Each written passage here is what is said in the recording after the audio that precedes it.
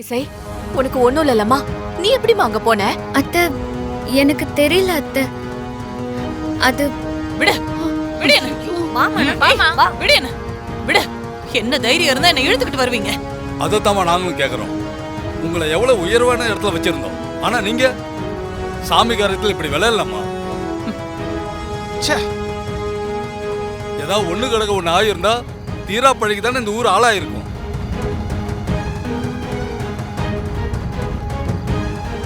ஐயோ, இதுக்கு மேல நம்ம இதை சும்மா விடக்கூடாது.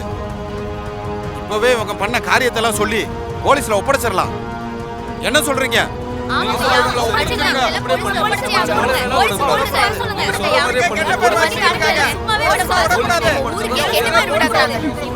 போலீஸ்ல ஒப்படைச்சிடலாம். எல்லாரும் கொஞ்சம் அமைதியா இருக்கீங்களா? யாரும் என்ன தப்பா நினைக்காதீங்க. அவங்க எங்க மேல இருக்கிற கோபத்துலதான் அப்படி நடந்துகிட்டாங்க. அதுக்காக நாமளும் அதே மாதிரி நடந்துக்க வேண்டாம். இத்தனை வருஷமா அவங்களுக்கு கிடைச்ச மரியாதை இப்போ எங்களுக்கு கிடைச்சதுனாலதான் அவங்களுக்கு இந்த கோபம். அவங்கள மன்னிச்சு விட்டுடலாம்.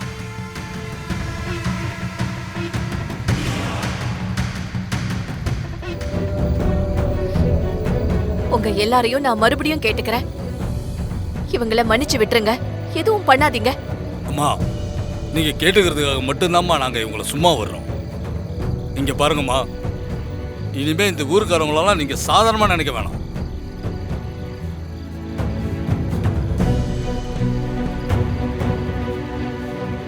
இனிமேலாவது கோவத்துல இப்படி பழி வாங்கறத விட்டுட்டு திருந்தி வாழ பாரு.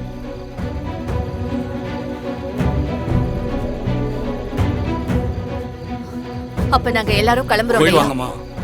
என்னதான் இங்க இப்படி நடந்திருந்தாலும் இங்க வந்தது எங்களுக்கு ரொம்ப சந்தோஷமா இருந்தது. இந்த அன்பை நாங்க மறக்கவே மாட்டோம்.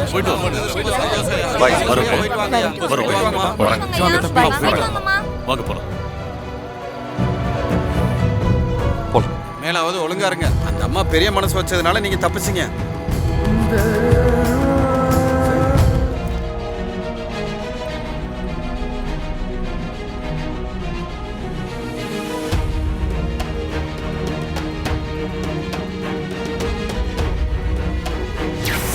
இவ்ளோ பேசுறியே, என் தம்பி மருதுவோட உன் பையன் கம்பு சண்டையில மோதட்டும். ஜெயிச்சா முதல் மரியாதை உங்களுக்கு, தோத்தா நீங்க இந்த ஊரை விட்டு உங்க குடும்பத்தோட ஓடணும். என்ன சொல்றீங்க?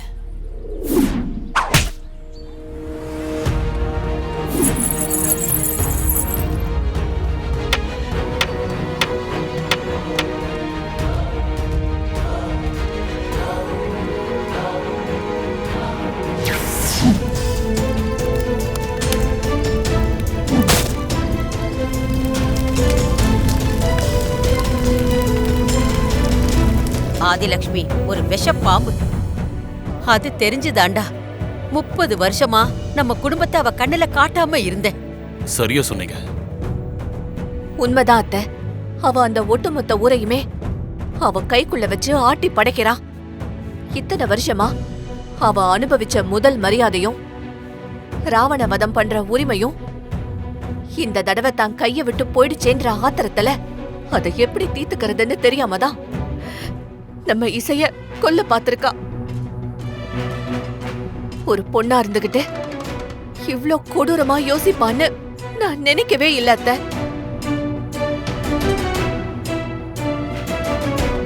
அப்படி என்ன பார்த்தா நான் பயந்துருவனாராக. எப்போ நீ என்ன கொல்ல துணிஞ்சிட்டியோ இனி நான் சும்மா இருக்க மாட்டேன். இசை கர்ப்பமா இல்லைங்கிற விஷயத்த சீக்கிரமா சுபத்ராக்கு தெரியற மாதிரி பண்றேன். இசை, நீ முதல்ல போய் ரெஸ்ட் எடுமா. மத்ததெல்லாம் நாம காலையில பேசிக்கலாம்.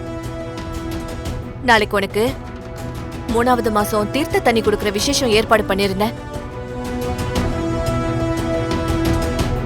ஆனா உனக்கு நடந்ததெல்லாம் நினைச்சா இப்போதைக்கு என் மனசுல எந்த விஷயமும் ஓடல. நீ போய் ரெஸ்ட் எடு, நாம அப்புறம் பாத்துக்கலாம். இந்த நேரத்துல விசேஷத்தெல்லாம் நிறுத்தாதீங்க அத்தை. ஒரு நல்ல விஷயம் நமக்கு நடந்தாதான் உங்க மனசுல இருக்கிற பயமும் பாரமும் குறையும்.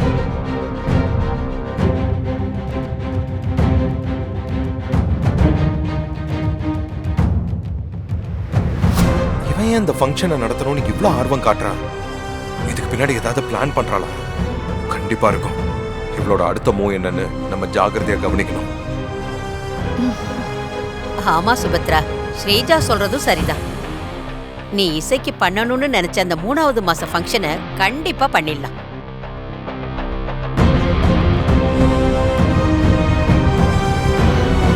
சரிங்க அத்தை, நீங்க சொல்ற மாதிரி நல்ல காரியத்தை எதுக்கு தள்ளி போடணும்? ராகவ், விஷால், அம்மா, நீங்க தான் இந்த ஏற்பாடெல்லாம் பண்ணணும். சரிம்மா. என்னங்க, நீங்களும் பசங்க கூட இருந்து என்ன வேணும்னு பார்த்து பண்ணுங்க. ஓகே. என்ன அசோக்? என்னையும் சேர்த்துக்கோங்க. என்னால என்ன பண்ண முடியுமோ அதை நானும் பண்ணுவேன்ல. கண்டிப்பாடா. கம் ஆன் பாய்ஸ், வாங்க போலாம்.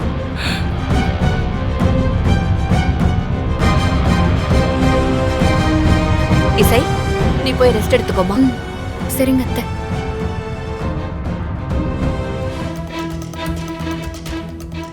என்ன அப்படி பாக்குற?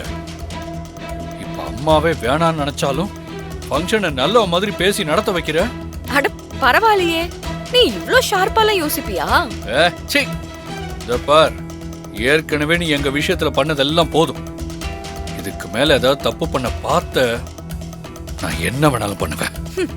எப்ப நீ என்ன அந்த ராவணன் சிலைக்கு பின்னாடி வச்சு கட்டுனியோ அப்பவே எனக்கு புரிஞ்சு போச்சு. ஆனா ஒண்ணு ராகவ், உன்னோட இந்த மிரட்டலுக்கெல்லாம் பயப்படுறாள் நான் கிடையாது.